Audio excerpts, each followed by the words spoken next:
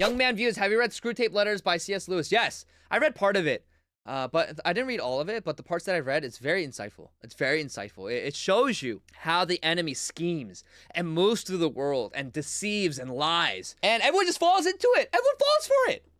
And all of those Screwtape letters can literally be applied into how leftists think. And I'm not here to dehumanize leftists per se, but the way that they think and the way that they operate, it is so demonic. Like, they are oppressed by demonic spirits. People need to understand that. Leftists are so insane because they are oppressed or possessed by demonic spirits. For we do not wrestle against flesh and blood, but against principalities and rulers of darkness.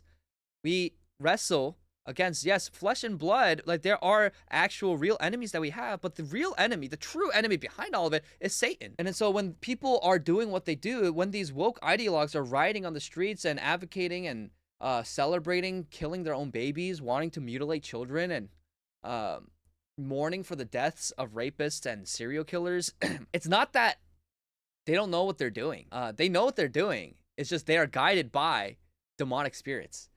And so this is a deeply spiritual war, which is why we can't win this war without Christ. Like, Christ has to be at the center. Politics matters, but theology matters even more, in my opinion, because if you don't know what is behind all this evil, then you don't have the tools to win. And what we need to do always, daily, is to equip ourselves with the armor of God. Constantly. The armor of God, the sword of truth, the breastplate of righteousness, helmet of salvation, the sword of the Spirit, and then belt of truth. Did I say sword of truth? I don't know. But, you know, we got to arm ourselves with the armor of God and fight in the spiritual war, because it is a constant war for our souls. And that's what it is at the end of the day, because Satan doesn't want people going to heaven. He wants to drag them down to hell.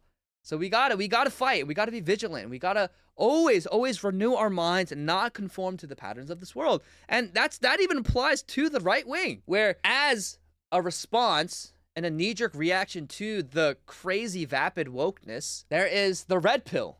Now, a lot of the red pill prescriptions are wrong, but their descriptions are largely true. And I have no problem saying that when they identify the faults of feminism and the destructive liberal ideologies has wreaked havoc in the West and in the first world. But then the solution cannot be, you know, being incels, proudly being incels, just dunking on and always hating on women all the time, constantly degrading and belittling women, and going to a place like, you know, for Andrew Tate or Elon Musk, where you have tons of baby mamas, you sleep around, have tons of children with a lot of women.